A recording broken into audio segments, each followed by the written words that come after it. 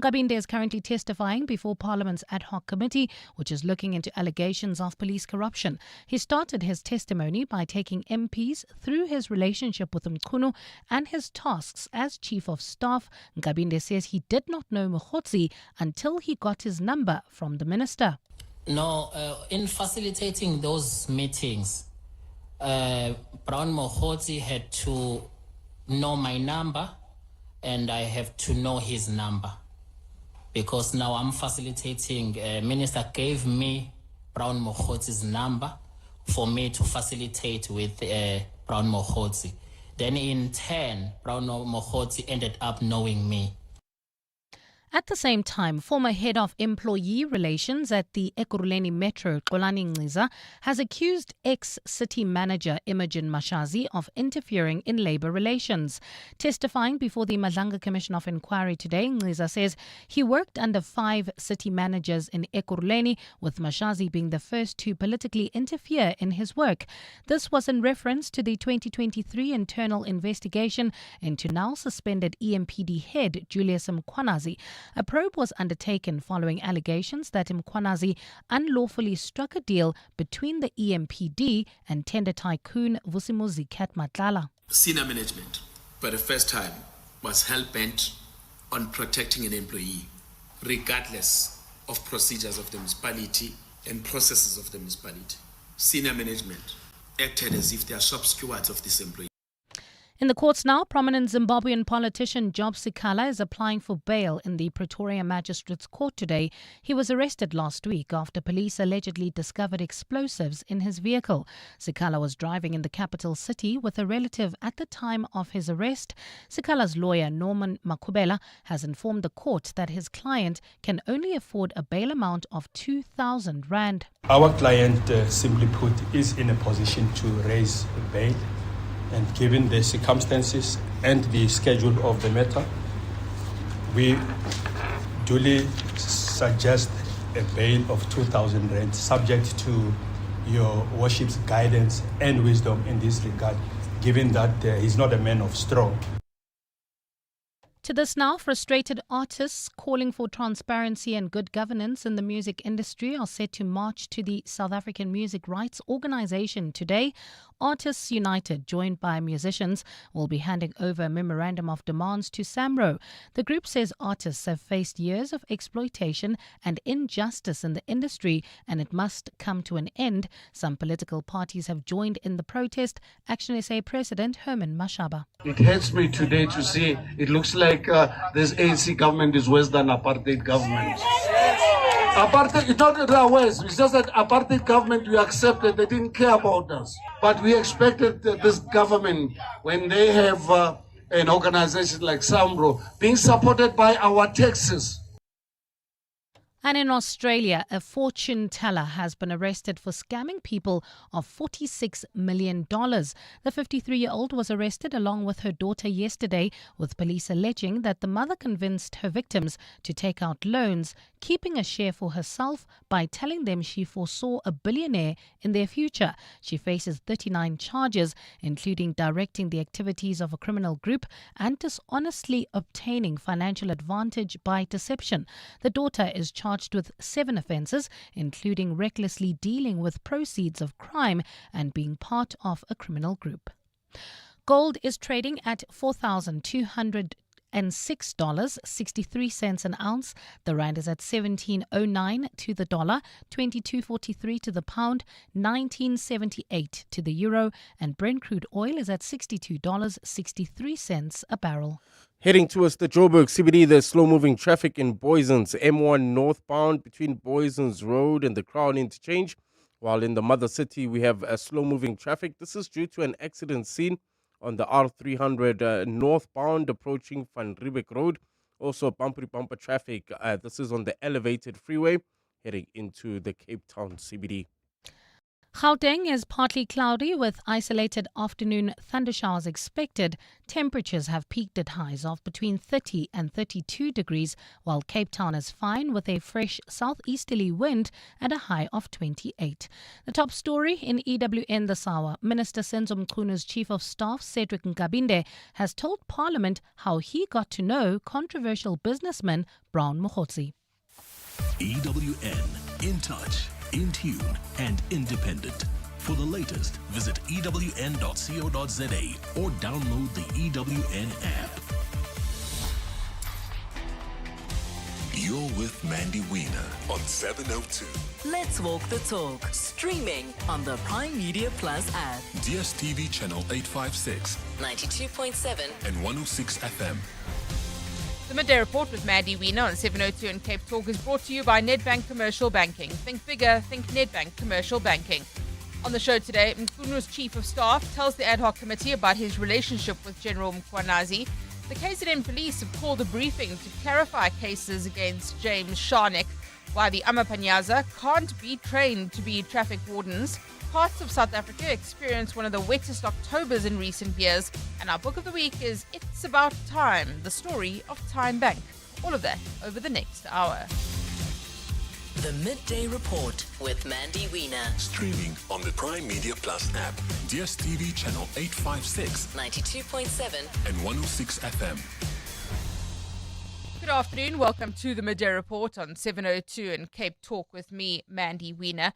Things are moving in this country all the time. So the police in KwaZulu-Natal have called a press conference. We don't know if General Nhlanhla Mkhwanazi is going to be briefing the media or not, and if that's a good idea at this point, because they want to give an update on investigation matters that have come out of the Madlanga Commission, especially those related to Mr. James Stewart Sharnick's criminal record, and you've heard him being interviewed on this radio station, the allegations of his relationship with Shadrach Sabir. So it's about his criminal record, firearm license as well. Some of the cases were opened and investigated by police in KwaZulu-Natal. Is this a good idea for the police to be having a briefing like this, for people to be doing interviews while the Madlanga inquiry is underway? Or do you think that they have to control the narrative and it's necessary for that to happen?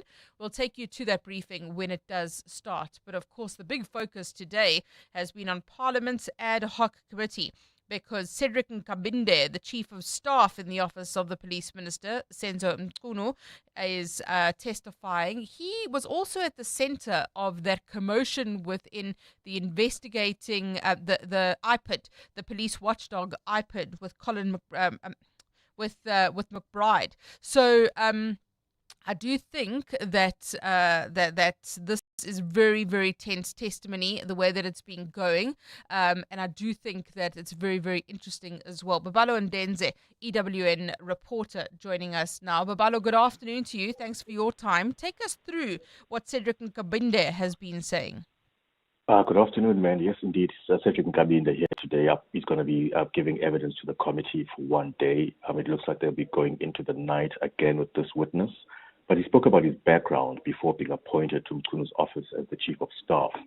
And he also gave, a rundown of his experience, how he started off as a detective constable, before rising through the ranks and, training other detectives. And but he eventually left the police and went to join IPID. It's at IPID where he fell out with McBride after implicating McBride and Paul O'Sullivan in, alleged corruption and misconduct within IPID. And his report was, he says his report was what eventually got McBride fired by Minister Bheki Cele, the then minister. And he says, the report implicated them, and he sent this to Cele, and this angered McBride before he suspended him and, ultimately offering him a settlement, which he accepted. And then he became unemployed, Mandy, between, I think, until the year 2018. And this was when Nhlanhla Mkhwanazi helped him, he says, to find a job in a security company. And he says it's the same company where Mkhwanazi's daughter was also employed, he tells the committee. And he says that he became friends with Nhlanhla Mkhwanazi. And, they even ran errands together. If you remember, Mkhwanazi gave evidence to the committee on that first week, that first 2 days, about how he traveled with Nkabinde to Senzo Mchunu's private residence in Mpangeni in KZN. And he says that this meeting, it was Mkwanazi's idea to travel there, but Mkwanazi had said that initially it was Ngabinde's idea to travel there, but he says it was Mkwanazi's errands that he was accompanying him on. And he also told the committee that he does not know Brown Mahotsi. This was put to him. He says he only met Brown Mahotsi through Mr. Senzo Mchunu.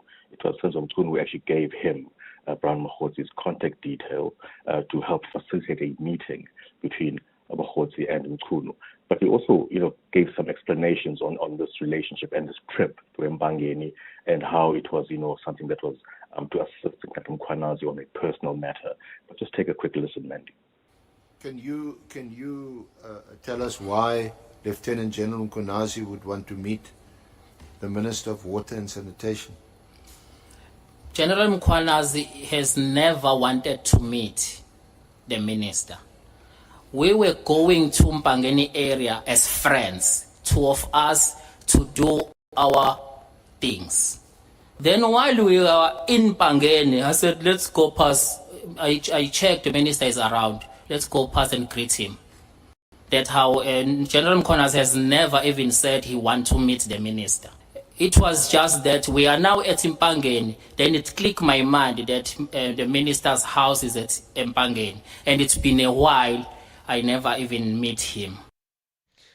So this goes back some way. You mentioned there Robert McBride, whose name I couldn't remember for a moment, and the relationship as well between what happened to Cedric Nkabinde when he was at IPID. All of that informs where we are at the moment, right?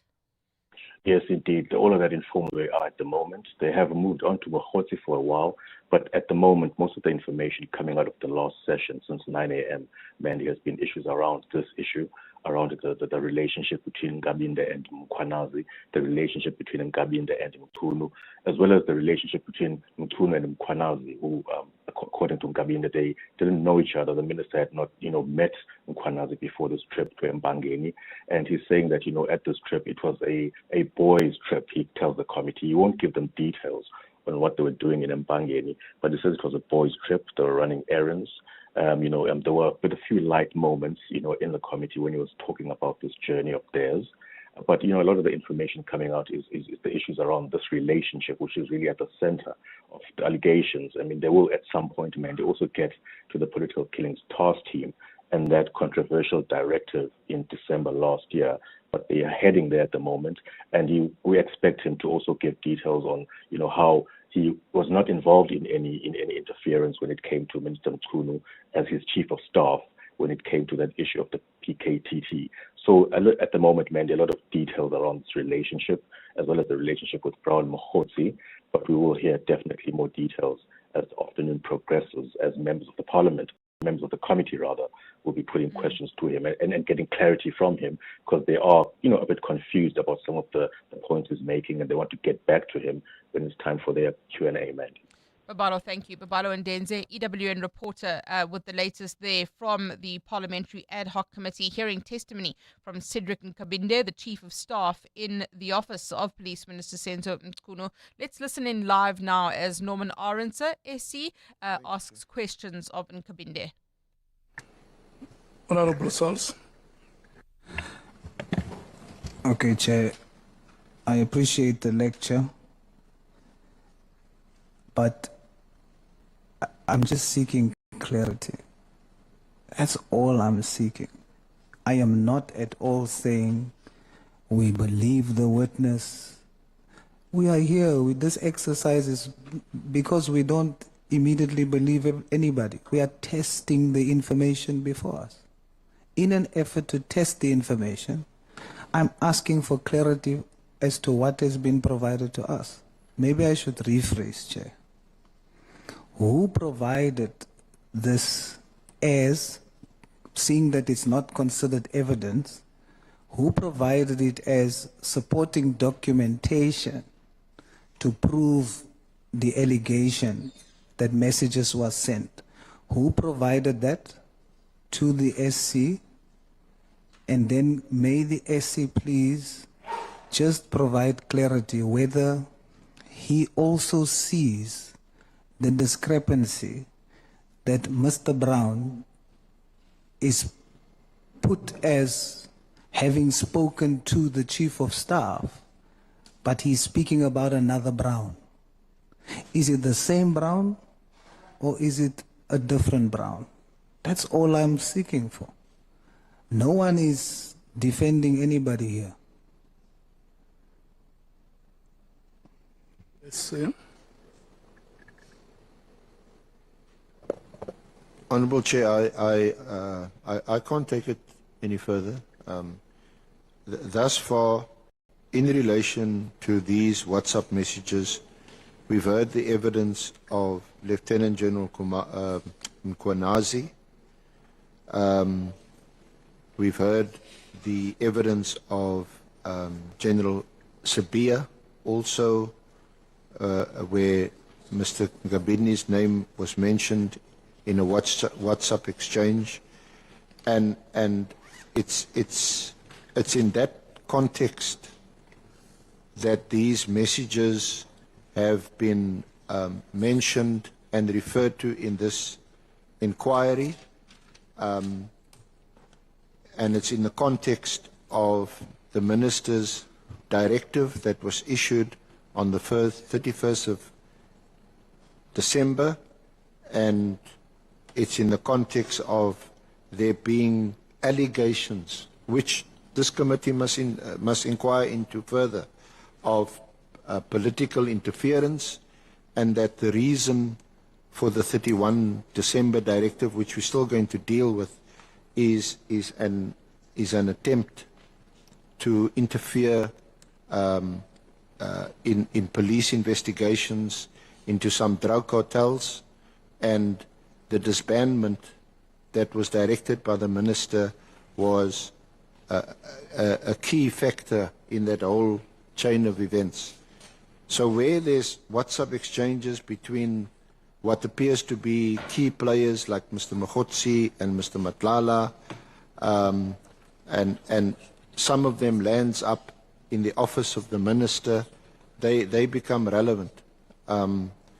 So at this stage, the only thing we can say is that when presented to us, these WhatsApp messages appear to be relevant to our inquiry. Our job is to put it to the witness. We've done so today. I can't... Let's do it this way. This is the evidence presented before us by General Mkhwanazi. Is that correct? Yes, Chair, Yes. it's the And evidence. so you are using this evidence to test the allegations. Yes, Chair, to the extent that, Thank you. it involves or it refers to... I think Honorable Souls want... Okay, so that's a disagreement, argument, conversation taking place between Norman Arensesi, who's the evidence leader, and originally it was Ashley Sauls, the Patriotic Alliance MP, who, I mean, you're entitled to wear whatever you like when you're in Parliament, but so that's an interesting outfit that I've never seen before.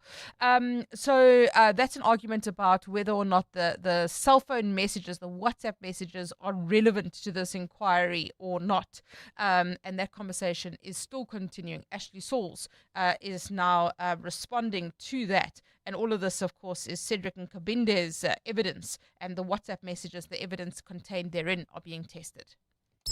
The Midday Report with Mandy Wiener on 702 and Cape Talk is brought to you by Nedbank Commercial Banking. See money differently.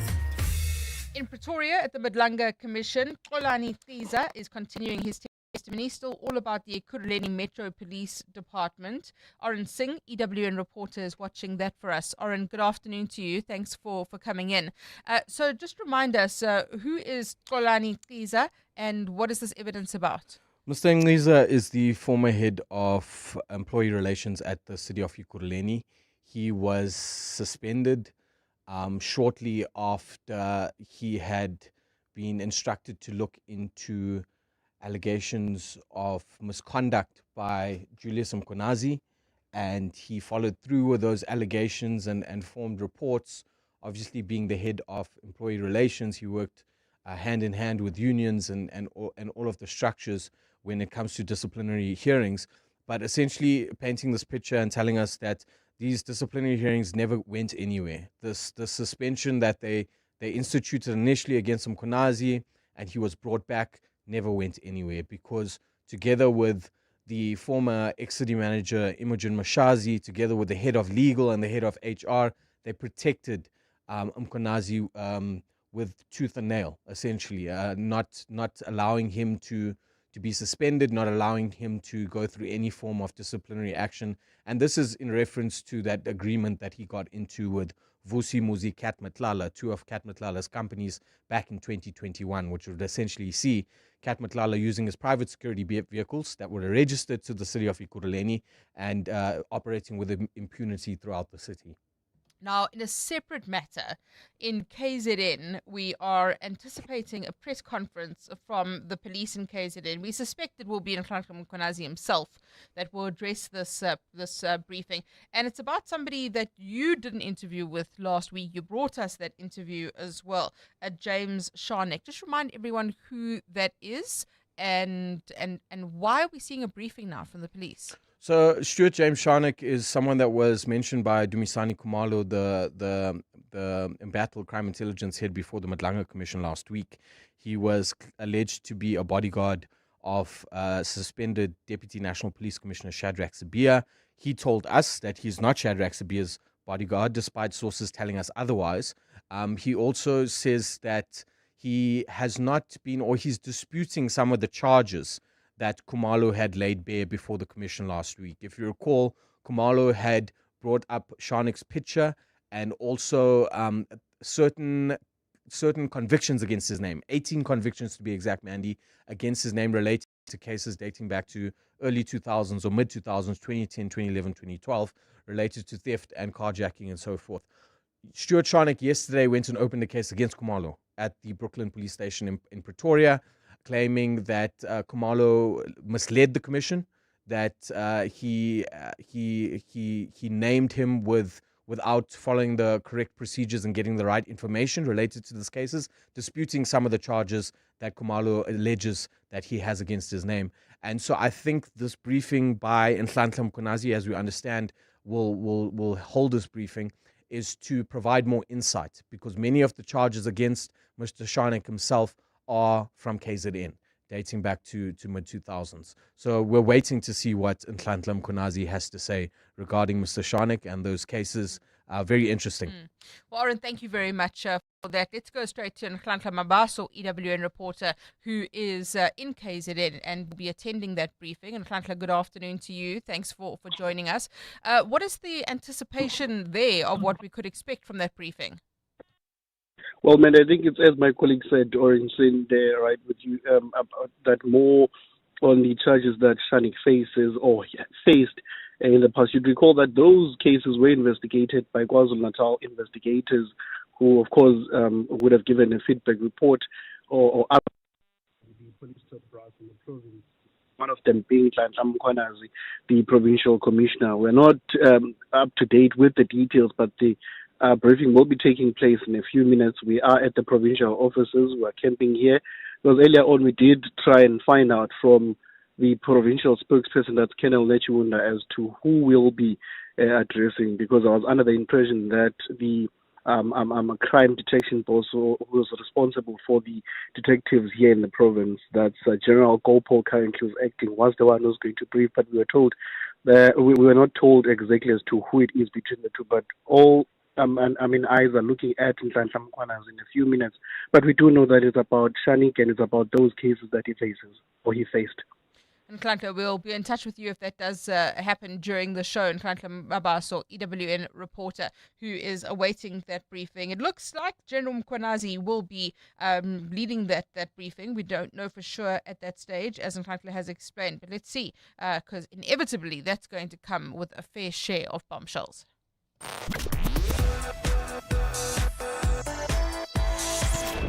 Real growth needs more than just banking, and Nedbank Commercial Banking is your growth partner. Their team of industry experts understand your business and its potential, offering insight to help you see opportunity where others see obstacles. Because when you can see what others don't, you can do what others can't. Think bigger. Think Nedbank Commercial Banking. See money differently. Nedbank is a licensed FSP and registered credit provider. T's and C's apply. Building a life across borders starts with choices. Visas, a second passport, citizenship, your child's education abroad, and sometimes those choices can be overwhelming. For 30 years, Sable International has simplified global mobility, including cross-border tax, forex, and wealth management, helping you make the right choices with expertise and care. Build your future beyond borders. Visit us at sableinternational.com. You want a new car, but prices keep climbing, the timing doesn't feel right, the deals are never good enough. Until now. The Motor Select Demo Deal Dash is back this Friday and Saturday only. Get up to 100,000 Rand trade-in assist on over 1,800 demo models across 26 leading brands, all backed by SA's largest and leading dealer network. It's just 2 days. Visit motorselect.co.za to shop our demo range now. The Outsurance pointsmen know that every car on the road carries a story. Like a man wearing his finest suit on his way to an interview. He's prepped 100 times, but he still has butterflies. The Outsurance pointsmen know it's not just a car in traffic. It's a potential lucky break that could change someone's life. Every story's different and every story matters. That's why the Outsurance pointsmen have been doing what they do since 2005 in proud partnership with 702. Outsurance is a licensed insurer and FSP. 702. 702. Mandy Wiener. Weekdays 12 to 1 p.m. 12:27 on the Midday Report with me, Mandy Wiener, on the WhatsApp line. Shocking communication by highly educated people. Now we know why wheels hardly turn and such a waste of time and our money. A reference there to that live dip-in that we went to the ad hoc committee. That's still going on at the moment. Julius Malema is now involved as well. So let's go back there to the ad hoc committee and find out what's going on. Ambushing me. If he feels ambushed by anything, we cannot answer for the witness. And by asking our own SC questions, no, it's not done. That's exactly what I'm saying, because members are asking questions which are unconventional. It has not happened in these proceedings that you would want any material that is used to test the evidence of the witness to be presented before the witness. And that's why I remind you that you have been asking questions. A witness will come here and you will ask him or her, do you know Soviet Lakhanyan? That is the first time the witness comes across such a name. Can we move forward? The last hand was the hand of Honorable Nombal. Yeah. No, Chair. Thank you. Wait, man. My hand has been up. I've been Chair, point of order, please. Let's take the point of order, Honorable Sols. I have to speak on that because the SC insinuated that I interrogated him. Honorable Malema is saying that we cannot interrogate. Yourself agrees. That would mean that the understanding is that we were interrogating the SC. So I want to clarify, that wasn't an interrogation. The practice has always been we can ask of the SC for clarity. So I take exception that the understanding is now that I was interrogating. I'm not interrogating the SC. I was asking for clarity, and it is okay for us to ask clarity. There is no honorable member. If the shoe fits weight. No, Honorable Malem. I wear a bigger size. If the shoe fits, wear it. Whether small or big, as long as it's fitting. You must take control over this meeting, because Honorable Malema behaves like he's chairing this meeting. If he doesn't advise you, he wants to tell us how we must do it here. I left it for a long time. We're not going to allow it. He doesn't rule us here. If the shoe fits, wear it. Honorable members, you know, yesterday I told you the story of a legend. The story of Walter Sisulu, who says immediately after I was elected, I took Walter back home to the Sisulus and brought the Secretary General to the ANC. Can we take our names back to our families? No, and become public representative the country is watching today. No, we are addressing Honorable Malema.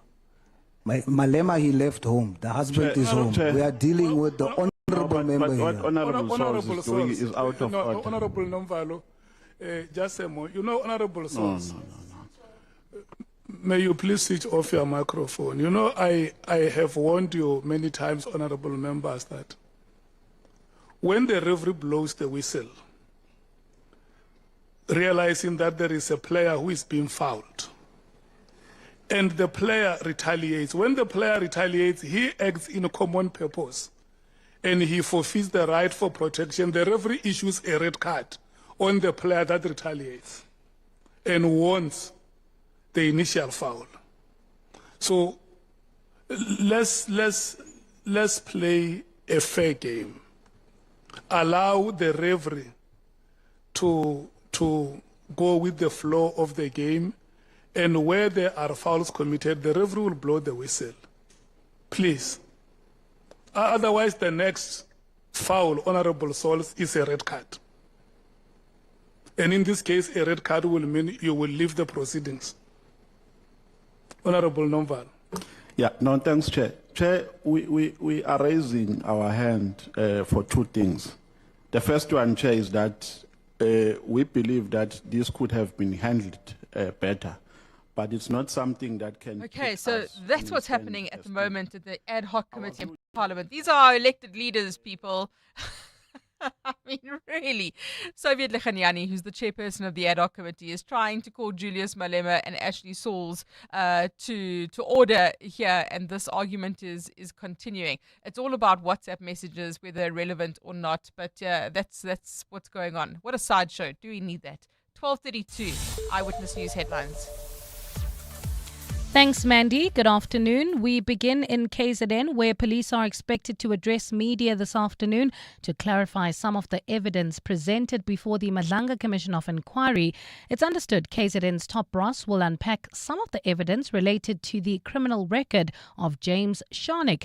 Sharnick was recently identified as an acquaintance of suspended crime detection head Shadrach Sibia. He has now filed perjury and defamation charges against crime intelligence boss Dumsani Khumalo, accusing him of spreading false claims about him.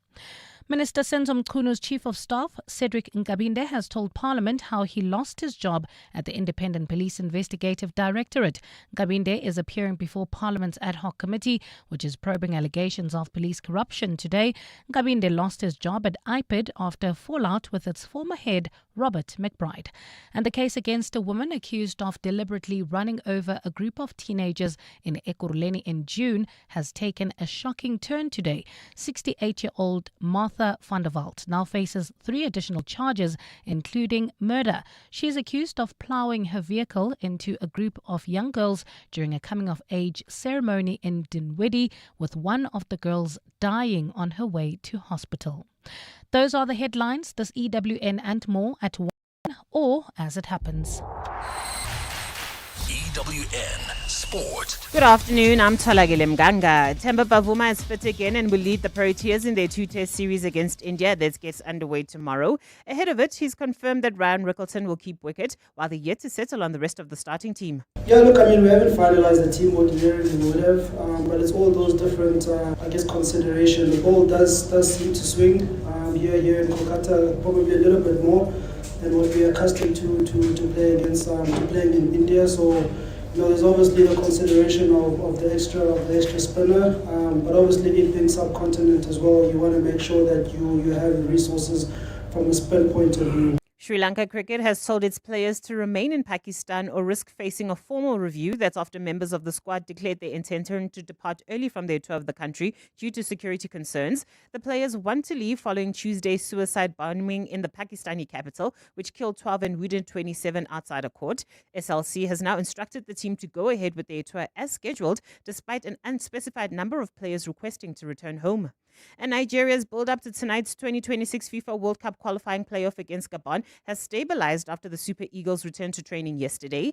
Players and technical staff had boycotted training on Tuesday amid protests related to unpaid allowances and match bonuses, while the squad are requesting a special bonus to be paid for this month's playoffs. Tholakele Mganga, Eyewitness News Sport. EWN Traffic.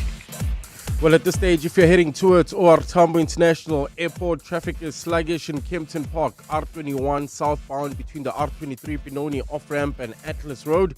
In Sunwood Park, roadwork still causing delays. This is on the N17 eastbound between Rondebolt and Carnival City. In Calvin Alex area, we also have roadworks causing heavy delays on the N3 in both directions between London Road and the Buccleuch interchange, while in the Mother City, we're still dealing with that accident scene R300 before Van Riebeck, causing some delays. Also, roadworks are slowing down traffic. This is on the M3 southbound before Newlands Avenue. If you come across any other traffic issues, please WhatsApp us on 072 702 1702. There's more EWN on air, online, and on the EWN app. Let's count backward. 5. Insurance. 4. Pineapple. 3. Insurance. 2. Pineapple. 1. You're under. Pineapple FSP 48650 is underwritten by Omart Insure Limited, a licensed non-life insurer and authorized FSP. You want a new car, but prices keep climbing, the timing doesn't feel right, the deals are never good enough. Until now. The Motor Select Demo Deal Dash is back this Friday and Saturday only. Get up to 100,000 Rand trade-in assist on over 1,800 demo models across 26 leading brands. All backed by SA's largest and leading dealer network. It's just 2 days. Visit motorselect.co.za to shop our demo range now. There's something magical about booking your next getaway. Whether you're flying for business or leisure, Airlink is ready to take you there in premium comfort. With over 45 destinations in 15 African countries, Airlink connects you throughout Southern Africa and beyond. No middle seats, just wider window or aisle seating. And yes, free luggage, snacks and beverages are still our thing. Plus, our Skybucks frequent fly program rewards you every time you fly. Book on flyairlink.com or your travel agent. Fly Airlink, the freedom of the African sky. For the first time on African soil, business leaders from across the globe will gather for the B20 Summit in Sandton from 18th to 20th November. On the agenda is inclusive growth and prosperity through global cooperation. This Tuesday, the Clement Manatela Show will be in conversation with Nedbank to discuss all the news, views and insights. Live from the B20 Summit. So tune in to 702 in conversation with Nedbank, proud sponsors of the B20 Summit. Nedbank is a licensed FSP and registered credit provider. WhatsApp Mandy On 072 702 1702. Mandy, did the Honorable Nomvalo just refer to himself in the royal plural? What's happening here? This back and forth. I'm losing faith in this leadership. All of them. Yeah, it's. I think he did refer to himself in the royal plural. And I think this is still going on, by the way. I'm watching at the moment. They're still busy arguing with each other. And Kabindes, they were like looking left to right, what's going on here. But this is what's happening in Parliament at the moment with the ad hoc committee as they disagree with each other. And it's deteriorated into a bit of name-calling and playground finger-pointing. So let's hope that we can get some decorum in the ad hoc committee. Well, remember Panyaza Lesufi, the Gauteng Premier, came on the show a couple of weeks ago to speak about the Amapanyaza. And the fact that the Amapanyaza had been disbanded and what was going to happen to the Amapanyaza. Well, he said that they were going to be trained in various positions. One of the entities that would be training them would be the Road Traffic Management Corporation, and they could potentially become traffic wardens as well. Well, it seems as though there is a real problem with them becoming trainee traffic officers. And that is because the Road Traffic Management Corporation has got some serious problems of its own. An investigation by News 24 speak about the problems, a string of unfavorable findings against it from the Auditor General, the fact that there are millions and millions of rands that are required for it to survive. Or Kaya Koko, News 24 investigative journalist, joins us now to speak through that. Kaya, good afternoon to you. Thank you very much for your time. The idea was for the Amapanyaza, the crime wardens, to become trainee traffic officers. This doesn't look like it's going to be possible, is it? No, it doesn't. So at first glance and detailed investigation work that we did here at News 24, for example, the training college that needs to be used to upskill and legalize the wardens is not supposed to be operating right now, according to the Auditor General, because the city of Tshwane refuses to give it an occupational certificate because it hasn't done any water, sewer, and roadworks to it. So where will the people be trained if the main training college is operating illegally? And that's according to the Auditor General. Tell us about some of the other problems that the RTMC is currently facing. Well, for example, it needs about 1.7 billion rand, and that it's asked for that from the national government. It doesn't look like they will get that money because its house is not in order. In July, the CEO was suspended by the Minister of Transport, who oversees the RTMC, on allegations of financial misconduct. Now, Makosini Msibi, the CEO, has taken his suspension to court, saying that it's unlawful. The matter, we understand, will sit in February next year. Will be heard in the North Gauteng High Court in Pretoria in February next year.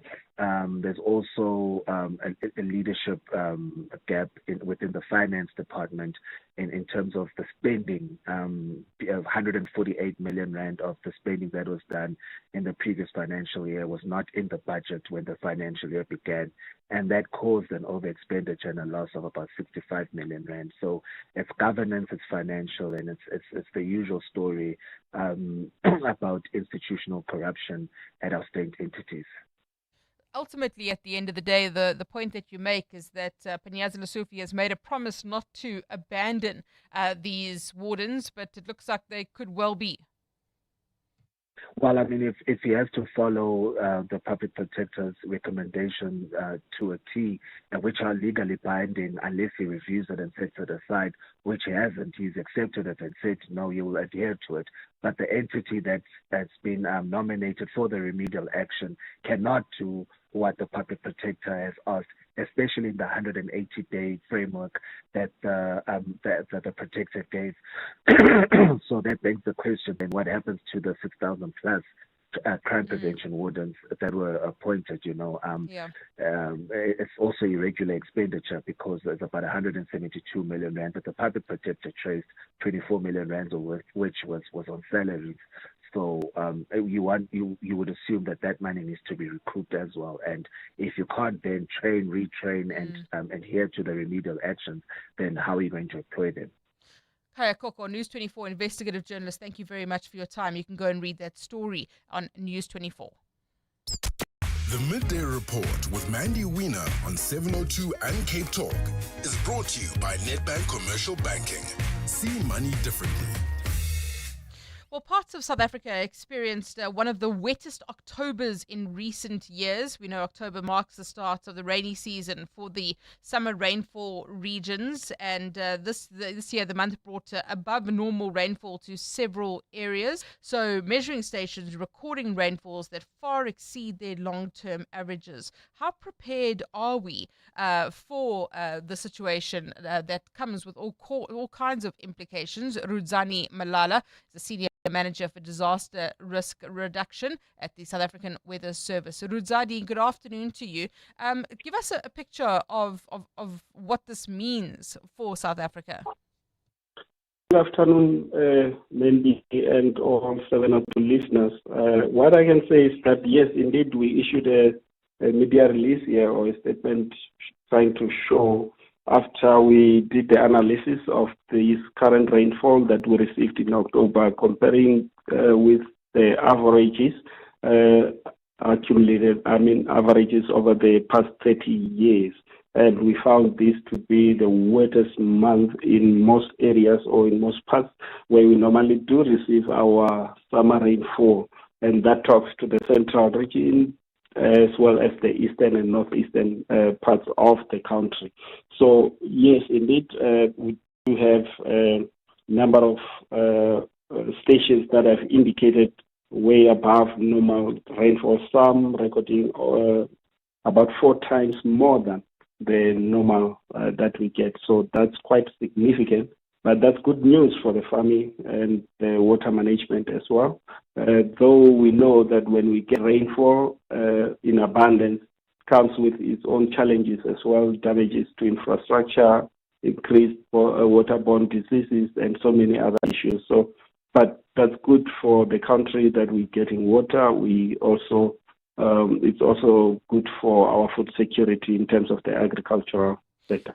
What about the risk that is associated with that? How prepared are we as a country for the disaster risk that could be associated with heavy rains?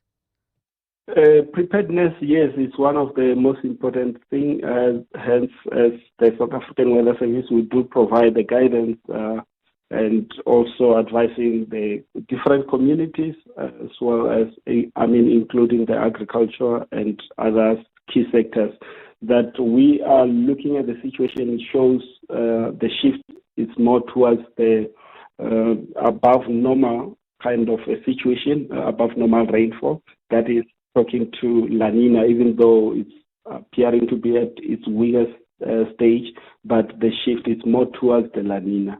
And that means preparedness should be in the expectation of severe thunderstorms, flooding, extended period of time for rainfalls. We have already witnessed now in October. You will remember that last year the onset of rainfall was a little bit delayed. It was more in November than now. So it came quite early, and we have already received a lot of rainfall in other areas. And we are still expecting more moving into the summer. So the preparedness is very, very important in terms of ensuring that our storm drainages are cleared up, and also to avoid unnecessary drownings. Small rivers, they run quite fast at times. We do get the flash floods, and we also encourage the communities, young people, especially the learners, crossing the rivers is quite a dangerous thing. And also the drivers as well. Some, you find that the water is already running above the bridge, and some people, they want to force the crossing. So those are some of the things that we try to advise the communities to say, let's be aware, let's be prepared. We're still expecting more rainfall into summer. For now, we are still in the second month of the spring, so we still have got more months of rain yet to come. But this is more pronounced over these areas that normally do get their summer rainfall, but at a higher volume. Rudzani, thank you so much. Rudzani Malala, Senior Manager for Disaster Risk Reduction at the Weather Service. At Isuzu, we know every delivery, every kilometer, and every load is building something bigger. This truck month, set your business up for success with special deals across the Isuzu N and F-Series ranges. Don't get left behind. Speak to your Isuzu truck specialist or call 08600 Isuzu and secure your truck month deal today. Isuzu, with you for the long run. T's and C's apply. This is Cindy on a 4-hour road trip with the girls. Did you know in the 1970s this landmark... And this is Cindy when she shares her 200 gig for 299 Rand on her MiFi router. Guys, Dodo, you're the DJ. Extra your summer with a 200 gig SIM-only data deal for only 299 Rand per month and stream anywhere with 2 months free YouTube Premium plus 5 gigs free YouTube data. Sign up or upgrade online and in store. T's and C's apply. Further together, Vodacom. KwaZulu-Natal has it all, believe it. The Zulu Kingdom is home to unforgettable adventures and experiences that will stay with you forever. Why not invite Abuntase and whale watch along our wild coast? Or turtle track in the heart of St. Lucia? Take a tour of our historic battlefields. Then rise above the beautiful Midlands meander in a hot air balloon trip made for two. Unforgettable happens here. Zwagala. Small businesses are anything but small. They're the backbone of our communities, the dreamers, the doers, the ones who keep Mzansi moving forward. That's why 702 and Capitec Business Banking are putting them in the spotlight. Every Thursday between 6 and 8 p.m., catch Small Business Focus with Capitec, where we showcase the hustle, heart, and the secrets to thriving in today's economy. Your vision matters, and with Capitec, you're never building it alone. Small Business Focus with Capitec, the business bank for everyone. Thursdays between 6 and 8 p.m. on 702. Capitec Bank is an authorized FSP 46669. 702 and Cape Talk. Book of the Week. It's a Thursday, and on Thursdays in the Midday Report, we speak to the author of a local non-fiction book. And this is a familiar voice that you'll recognize pretty quickly. Maybe we should just put him on and see if you can recognize him. But the book is called It's...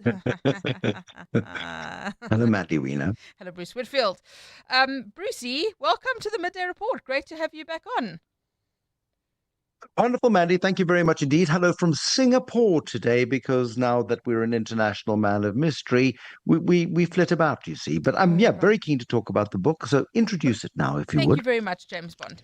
So the book is called It's About Time, Banking Beyond Borders. It tells the remarkable journey of Time, which is the bank, about how it grew in a decade into one of the fastest moving fintech banks globally, launching in South Africa, the Philippines, Vietnam, and beyond. One of Time magazine's top 100 most influential companies in 2025. So let's dive into that story. Bruce Whitfield, you've written this book with Adrian Saville. Why have you written this book?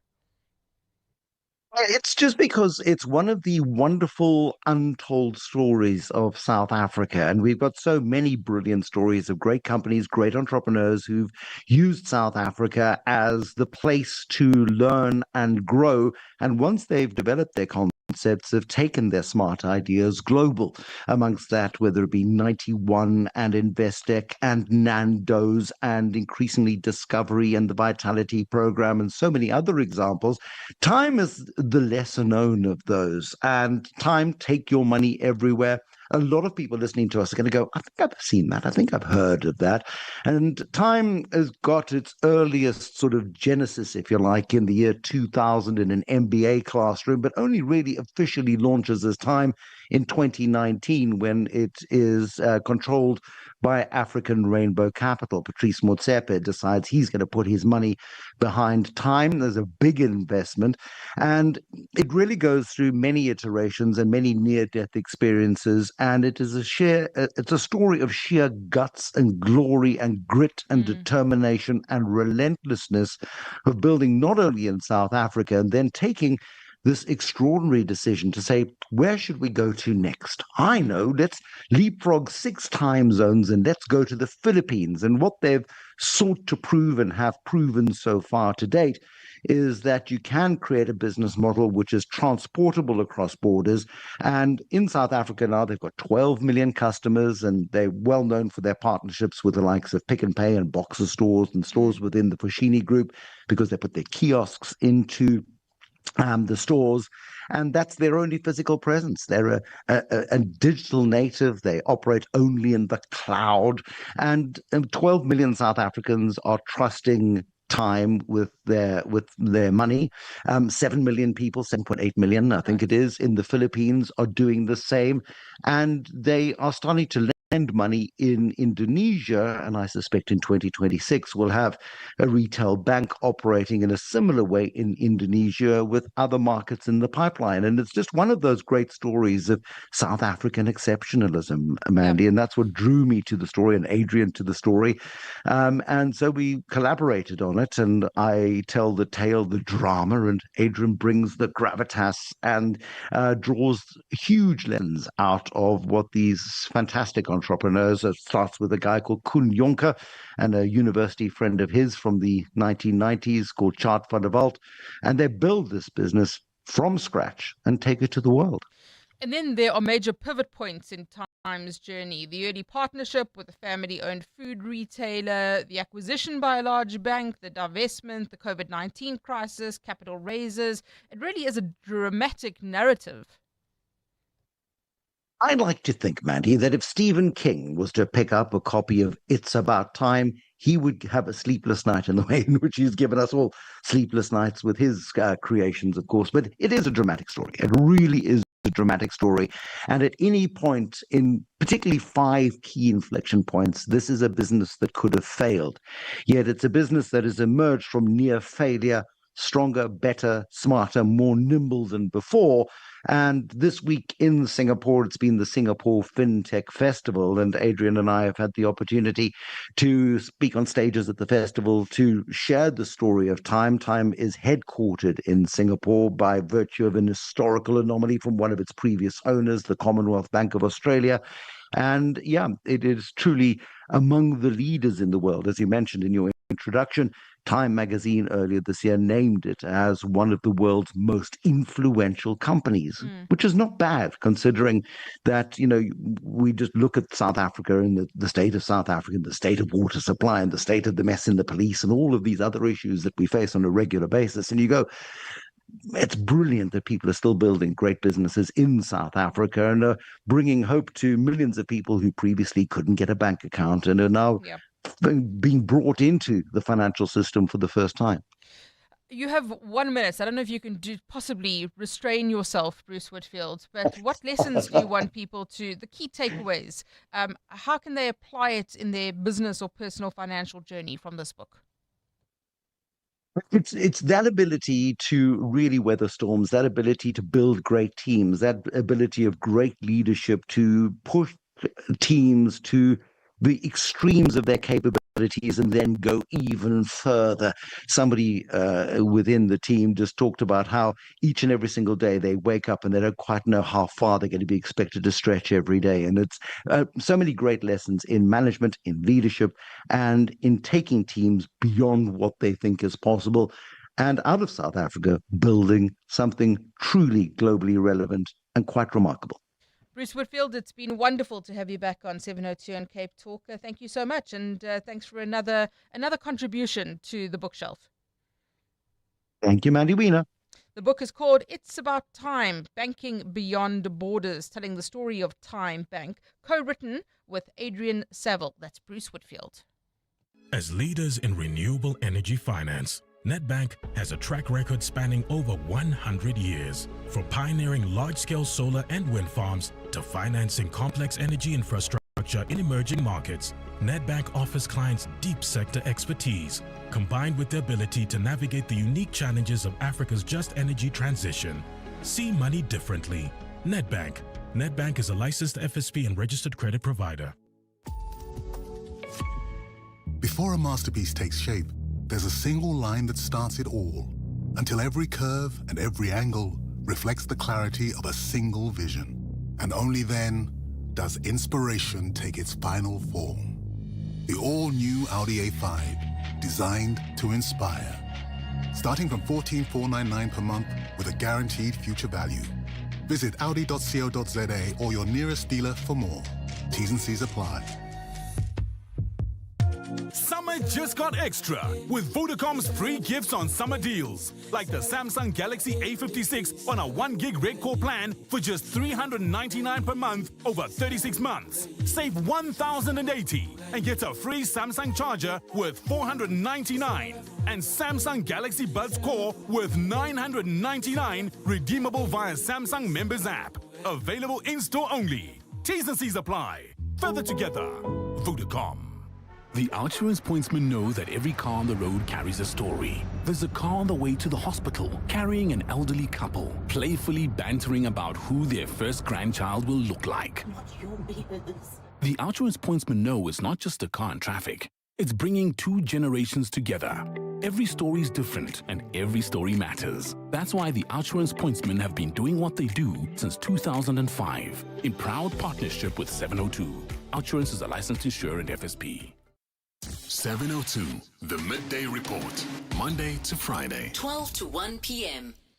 Well, thank you very much for listening today. The parliamentarians are still arguing with each other in the ad hoc committee. I imagine that will continue for the rest of the day. And then don't forget that briefing from, we think, Nhlanhla Mkhwanazi, not Nhlanhla Mkhwanazi, I'm sorry, General Mkhwanazi. Yes, it's been a long year. It's been a long year. So General Nhlanhla Mkhwanazi is expected to start that briefing. The seats are still empty. But will it be him? Will it be somebody else from the police? And will that throw the spanner in the works of everything? It is 1 o'clock. The Midday Report with Mandy Wiener on 702 and Cape Talk is brought to you by Nedbank Commercial Banking. Think bigger. Think Nedbank Commercial Banking. This is EWN. KZN police to clarify details of Shonex's criminal record, and Mkhunu's chief of staff tells Parliament how he knows Brown Mahotsi.